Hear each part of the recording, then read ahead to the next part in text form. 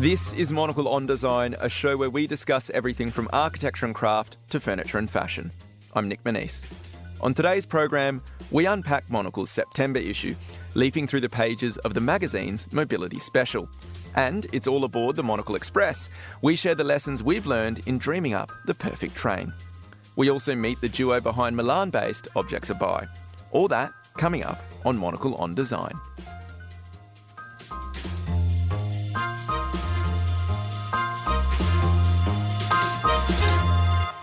Welcome to today's show. I'm joined in the studio with Monocle's associate editor, Grace Charlton. Today, we're talking transport.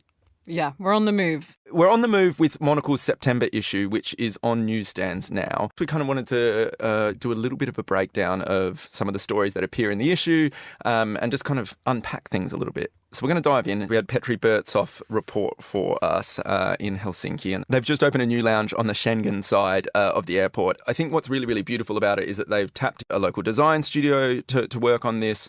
Johanna Legisto, who has created this amazing 440-seat space within the airport, and it's like lots of natural materials, really drawing on the fact that they want to ground it in the place, not only in terms of materiality and using finished timber to finish the spaces and finished stone, but also using finished designers and their materials in there. So there's things like Artex's Domus chairs made by Choice's Goma bar stool.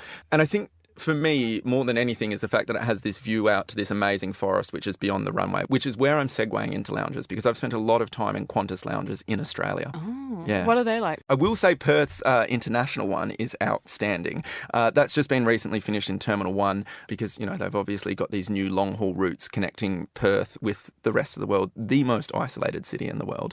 But what I think I often like about Qantas's is, you know, the outstanding views that you have out and just being able to, and maybe that's more it for anything, because you're often on an elevated floor level, you kind of get to see out and over the runways, because we're elevating the experience both in terms of like our position within the airport, but also, I guess, the furnishings and finishes. You were in Geneva recently, and there's a really big Swiss common thread in this issue. There's a cute little story on Microlino cars teaming up with Swiss. With Swiss, yeah. Swiss and Microlino, who, you know, there's this amazing Swiss-Italian car maker. They make these tiny little two-person vehicles. The vehicles open from the front. They're super, super cute. They kind of look like a bug. Is that fair? How would you describe them? I was going to say they're like kind of cute little mozzies, but like mozzies aren't particularly cute, but they're sort of buzzing around on the runway. I like the idea that if you're just moving from point A to point B and it's two people max, you don't need to get a bus out. You can just have this cute little speedy little car.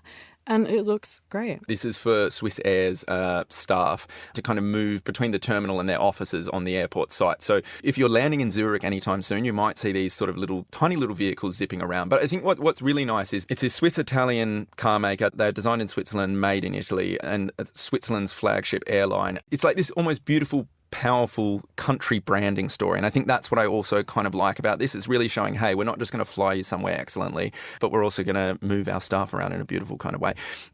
I think the mozzie analogy is good as well. Maybe, is there something on Firefly? Is there a better insect? I mean, maybe ladybugs. They've got similar shapes, a similar sort of roundness to them. I think Microlino's branding is great, and so is Swiss's. And they complement each other, the big, the small, just very like pared back, but powerful. I think so. And I think as well, let's go with Ladybug as the analogy, because, okay, granted this opens front ways, but it does look like a little bit, as you open and go into a Microlino, it kind of does look like a bug's wing lifting up. And I will say, an amazing thing to drive, but also a little bit terrifying. So I took one for a zip last year. We did a big story on Microlino, I think in our November issue last year, and I got to drive one around. Sometimes you forget like how you become used to driving cars and the space and the size of them. This is part of the discussion that kind of runs through this issue. It's about the design of vehicles. There's a whole special, I think we do a roundup of 10 small and compact vehicles. I think we forget that actually these sorts of vehicles, cars, shape the way that we move around our streets and shape our experience of our streets. If we can start to make our roads a little bit narrower, make our roads a little bit more compact in response to changing vehicle sizes. And this is pie in the sky kind of thinking, but if that's possible, all of a sudden you open up much more room for commerce. A lot of these roads have been designed first in response to the horse and carriage and now in response to the car. We've got the potential to shift things here, and vehicles like Microlino point towards that. You interviewed Yves Bahar, an amazing Swiss designer. Tell us a little bit about what he's working on at the moment. So he's currently working with Tello on a downsized electric truck. He's also Swiss. And I was wondering, does it take a sort of Swiss modesty or mentality to just think, you know what the real power move is? Going smaller. I think the Swiss are very good at sort of having the modesty and that mindset of the real power move is downsizing, not taking up too much room on the road and in your streets. And the trucks, he was telling me some crazy statistics, but in America, something like half of the fuel emissions are just from trucks. And you see that as well. You see the way that their streets are laid out and the way their streets are designed. They're designed to respond to these huge pickup trucks. And what's kind of magnificent about it, if the argument somebody was making was that, like, well, actually, I need this big vehicle because I need its carrying power. This collaboration, this truck that Eve is working on with Tello shows that you can still have carrying power without needing to have a massive vehicle. If you look it up online, they've got this amazing graphic where they overlay sort of a standard pickup truck or a Toyota Hilux for our Australian listeners that probably just been dropped off at Sydney Airport in. They lay essentially this Tello over the top of the Toyota Hilux, and they've kept the similar sort of tray size and tray space, but really managed to make the actual cabin of the vehicle, or at least the front of the vehicle, a lot more compact. You're not compromising on the ability for this as a working vehicle. And you've also got plenty of room, again, from this overlay for passengers and people moving around. So I think there's this real mindset shift and this showing that, yeah, size maybe doesn't matter. Nick, I really loved the feature you commissioned in the design section about the different Swiss embassies around the world. There's the embassy in Singapore, there's also the embassy in London, which I walk past all the time, and then finally the one in Havana, which is, I mean, stunning. That is breathtaking. We've done a roundup of the Havana one on Monocle's Daily, worth listening to, and you can listen to that on monocle.com/radio. But let's talk a little bit about these other ones. Let's talk about the visual impressions, because I think that's what I find quite fascinating about embassies, and that's why we wanted to do this story. It's like, how do you capture the image of a nation that you're representing, but also respond sensitively to the country that you're in? Purely looking at the images of these, do they feel Swiss to you? 100%. It really tracks. It's like the clean lines. There's a lot of glass in the Singapore embassy, which, like, the schools that I went to, there were just glass walls everywhere. Like, we didn't actually have any walls, but they've adapted it, and by putting UV filters. They wanted this glass to reflect transparent thinking, and I thought it was really nice. And it's a very, you know, again, what is Swissness? Maybe it is just like a bit of precision. Reserve. Yeah, like sort of holding back and keeping it classic and clean. Even things like, you know, maybe there's a temptation if you're an embassy to plaster your flag on every surface that you can, put your national colours everywhere that you can. They've sort of done this in a really, really paired way in Singapore particularly. There's sort of subtle motifs in the wall of the Swiss cross from the Swiss flag. I think it's those sorts of things. I guess, how do brands convey an identity without being tacky? Ooh, I think it's having codes. I think it's having things that you return to again and again. Like, it's not necessarily a logo or a flag. This goes for fashion as well. Like, you recognize a Dior outfit maybe from the silhouette, not from the CD belt. But it is sort of like finding what is authentic to you as a company, as a brand, as a person, just sticking to it and not letting it be dictated by the trends, even though you have to move and adapt, of course. But I think it is just having strong codes. This is the next challenge I want to throw down to you. If people haven't picked it up earlier in the chat, you're Australian, you grew up in Geneva. Yeah. If you had to design the Swiss embassy in Australia or the Australian embassy in Switzerland, what are some of those codes you're going to bring in? I grew up in Geneva, but I have been to the consulate in Geneva because I have lost my passport a few times, and once clubbing in Geneva, and they had to issue an emergency passport, which is very cool branding, actually. It makes you feel like James Bond to whip it out, but everyone thinks it's a fake passport and they have to like call security when you does make it tough crossing a border. I mean, anyway. Tell us the Australian codes in Switzerland. Did you pick up on anything there? They have a lot of like Aboriginal art, you know, dot paintings. There are a few Australian flags around. I mean, it's not as pared back as the Swiss, but that's okay. Like, I think that's just being Australian. We're a bit more enthusiastic about our national identities. In fact, I basically have two things going for me. One, I'm design editor at Monocle loosely, and I'm Australian, and that's my personality basically summed up. Let's wrap this up. We're going to come back to transport, Swiss trains. We're going to hear a package shortly on this show that is doing a breakdown of the perfect train. But you helped prepare this story that features in the issue about the perfect train and the perfect train station. What are some essentials for a well-designed train and or train station? Well, because as we know, I don't have my driver's license. I've spent a lot of time on trains, especially in Switzerland. I love a kiosk on a platform. Let's start there. Let's get a nice little kiosk going. Like, what if it's 4 a.m. and you're coming back from the club and you need... Are they distributing emergency passports at this kiosk? No, sadly not. I wish. Maybe in a couple of years I'll have a word with cff.ch. It's nice to have like sort of more casual snack options, but I also really liked the sort of ode to the dining car that we've put into this article. 100%. And I think we talk about obviously the design of the perfect dining car, and there's nothing better than sort of getting on a train and there's a well-lit space to have actually a decent meal with coffee that doesn't feel like it's going to make you need to quickly run to the bathroom. There's something really cinematic and romantic about a dining car, because if you're sitting on a train, why not have a meal? Why not like romanticize your life? Look out the window. Feel like you're in an Agatha Christie book. Light some candles. I mean, that's what we're talking about. I mean, maybe a little... Could the meals be seasonal? That would be nice. Perhaps. Why not rotate some local chefs through as well? See a little bit of talent, get some variety. But I want to go back to, we've pulled into the station. In your research, you identified the ideal sort of restaurant in a train station. Central Station in New York City, the Oyster Bar. Why should every train station have one? Sell it and finish this. Again, it's cinematic. Like, travel should be exciting and fun and like not something you dread because it's 6 a.m. and you're in Luton. Ideally, it is the Oyster Bar in Grand Central, and we're talking about an ideal here. I also love Le Train Bleu in Paris. That is another, make it a movie. And beautifully designed spaces. Enable it, yeah. It's like being on a movie set.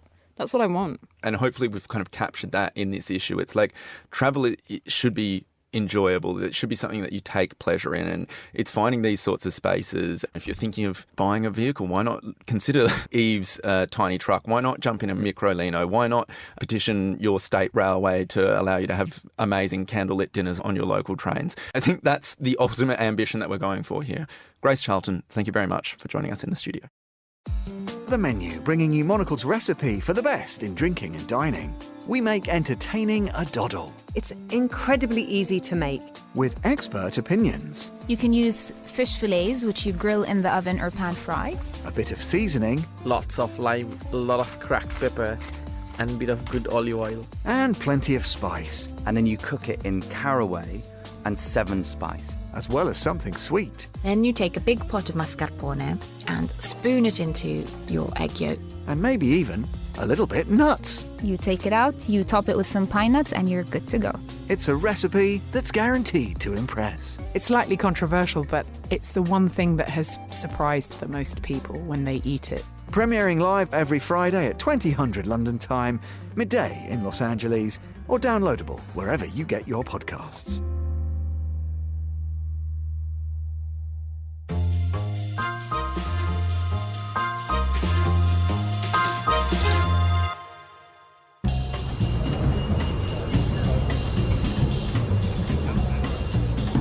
Welcome back to Monocle on Design. Now, a well-designed train can connect communities and make business and leisure a pleasure. Sadly, too many railway companies procure new rolling stock that borrows from commercial aircraft configurations, with cramped seating, little overhead space, and overlit carriages. So, from our London HQ, we decided to roll out our own dream ticket, the Monocle Express. Our train would offer unrivaled connections, reaching areas not readily served by routes that cross state and national borders. We've enlisted a wish list of global talent to create a train that gets you where you want to go, on time and in style. Now, it's over to our senior foreign correspondent, the Urbanist podcast producer, and for one day only, the Monocle Express conductor, Carlotta Rebello. All aboard.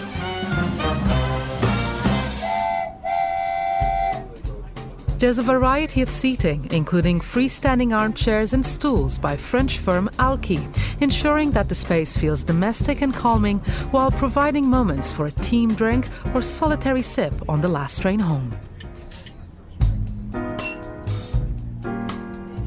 Good lighting can make or break a space. As such, the whole train is illuminated by warm-hued lights that are recessed in subtle ceiling grooves, creating a diffused glow and a relaxing atmosphere. And yes, those are real candles on the tables in the dining car.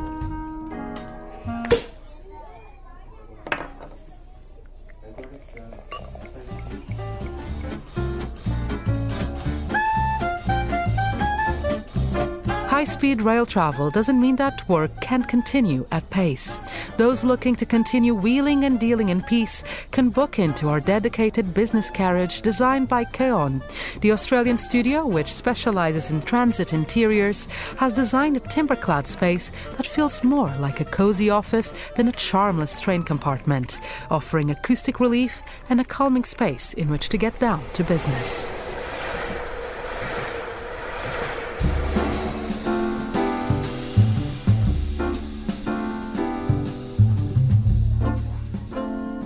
Looking for a moment of discretion, or just want to catch up with a friend without pouring your heart out to the whole carriage? Well, jump into one of our soundproof phone booths.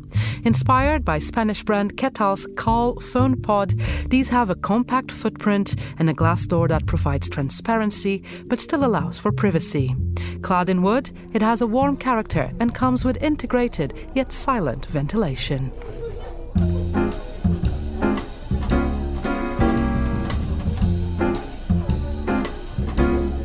There's a reason why our homes have curtains. They ensure privacy and offer great acoustic insulation.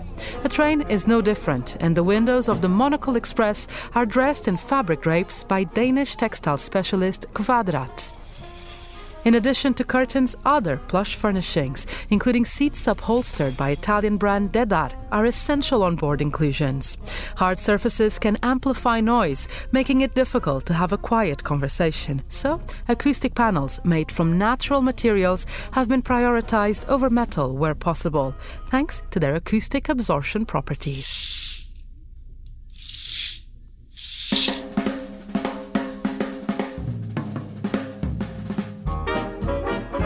We've turned to Mark Newson, who recently created a beautiful task chair for furniture giant Knoll to design our bespoke seats.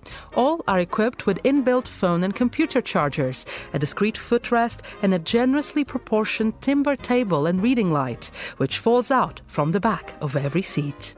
With temperature controls built into the armrests, guests can warm and cool their perch, which is finished in Poltrona Frau's impactless leather.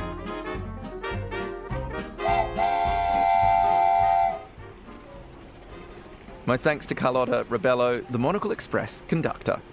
We'll be disembarking from the Monocle Express onto our platform and train station later in the show. What kind of city do you want to live in? Every week on The Urbanist, we delve into the biggest questions about urban living and meet the people championing change in our cities. From star architects to designosauruses, protected views to landfills, river walks and sidewalks, wayfinding and cycle highways. The city is alive and kicking, so how can we make them better places to live in? The other great city creation, of course, is sex. Young people go to cities to have a good time and to enjoy themselves and to meet their life partners and maybe a few other people on the way. Join me, Andrew Tuck, every Thursday at 2000 hours London time for a brand new episode. Or subscribe to the podcast and listen as you go. The Urbanist, the show that knows its good mares from its planning nightmares.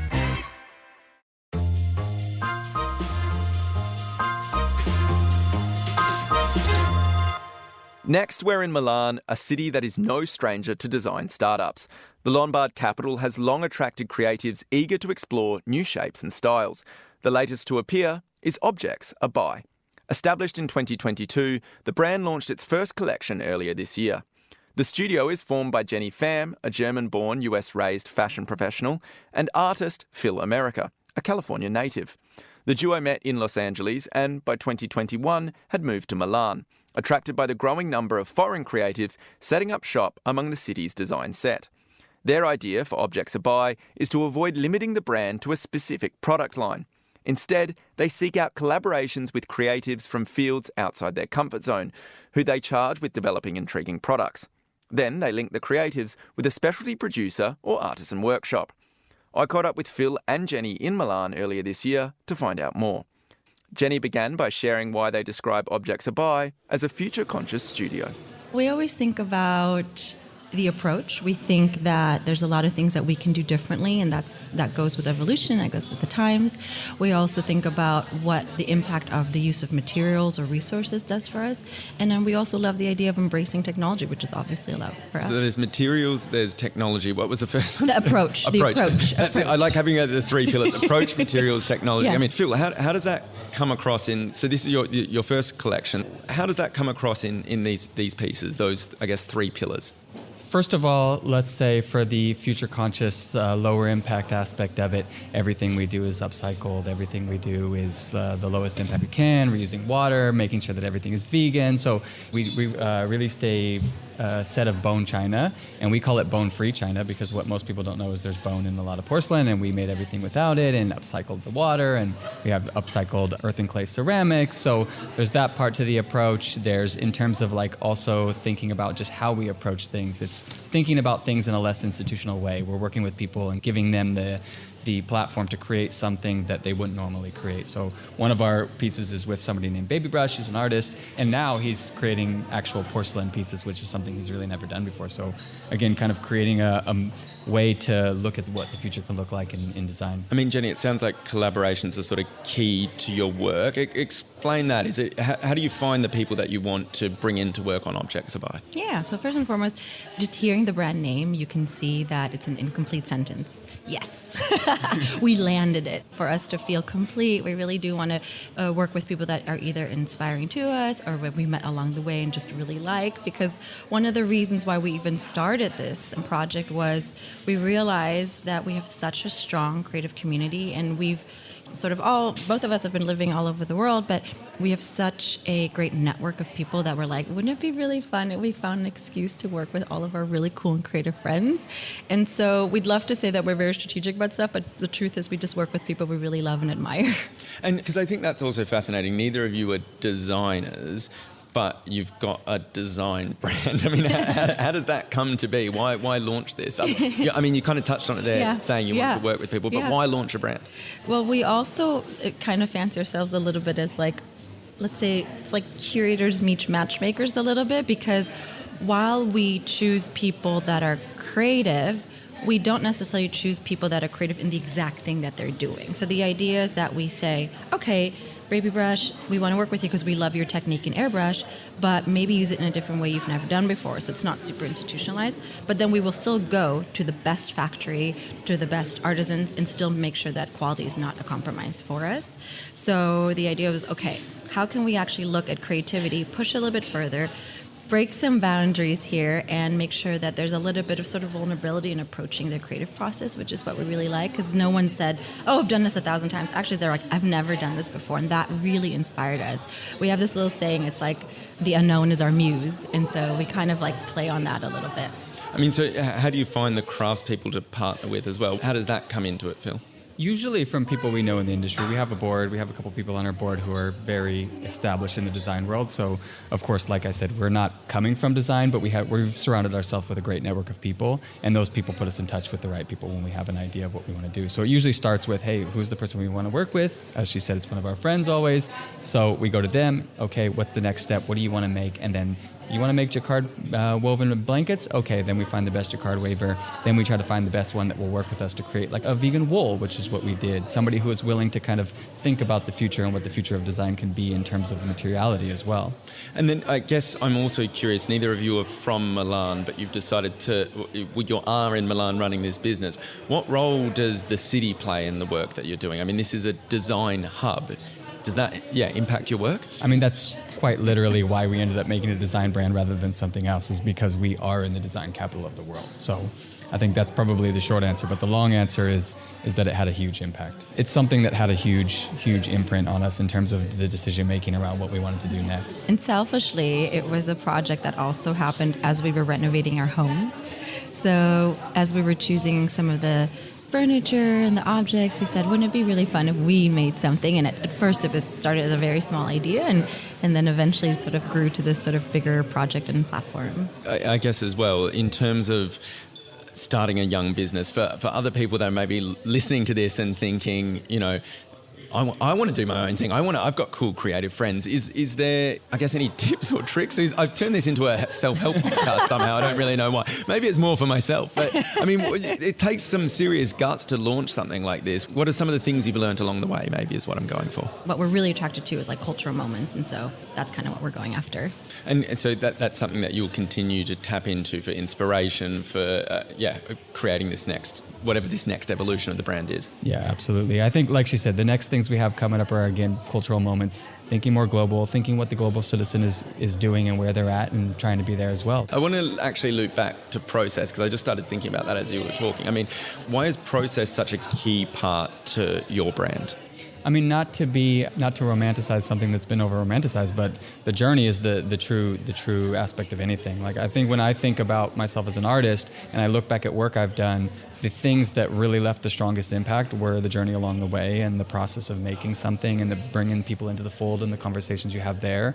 So for us, the process, it really is what every piece we make is about. Like, again, working with factories, the failures we had, the people who wouldn't push the limits, the people who wouldn't think about the future or try to do things that were more vegan or a lower impact. So I think the process is something that ends up being extremely important for us. It's not, hey, let's go to the best of this and have them make the thing. It's, no, let's try to find people who are willing to think about how do we create something new? How do we think about something in a new way? Yeah, we love a challenge, as you can tell. Yes. I guess the last thing I always kind of like to ask people is, you knew you were coming on to talk to me today. What were the big messages that you sort of wanted to get across about your work? Is there anything that jumped out or anything you think we've missed in this chat?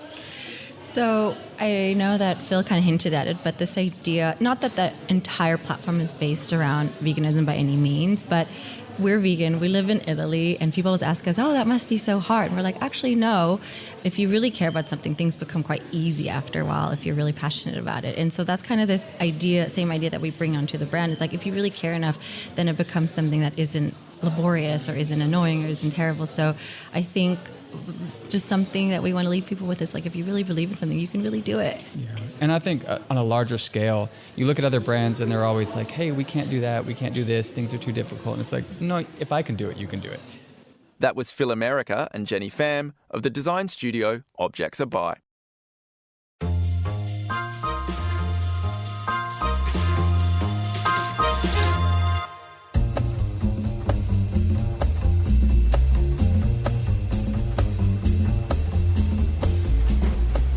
This show is finally pulling into the terminal at Monocle Hauptbahnhof, and we're sure hoping your arrival is comfortable.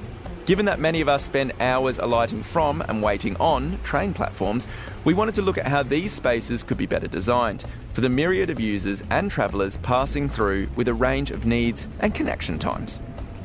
To do so, it's over to this show's producer and our station master waiting on the platform, Maylee Evans.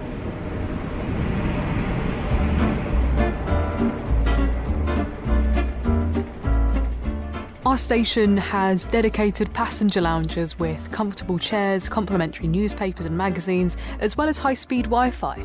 We commissioned the German architecture firm Holland Radowski to create the station's interiors. We were inspired by the firm's work on the Lufthansa first-class lounge over at Frankfurt International Airport.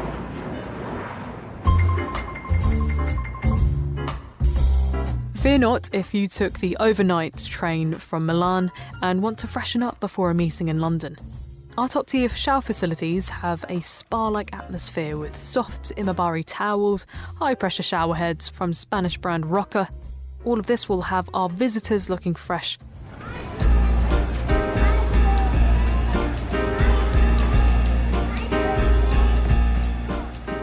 A train station should be a welcoming space for all, and that includes the youngest travellers. Our dedicated children's playground transforms the potential stress point of a long wait into a joyful experience.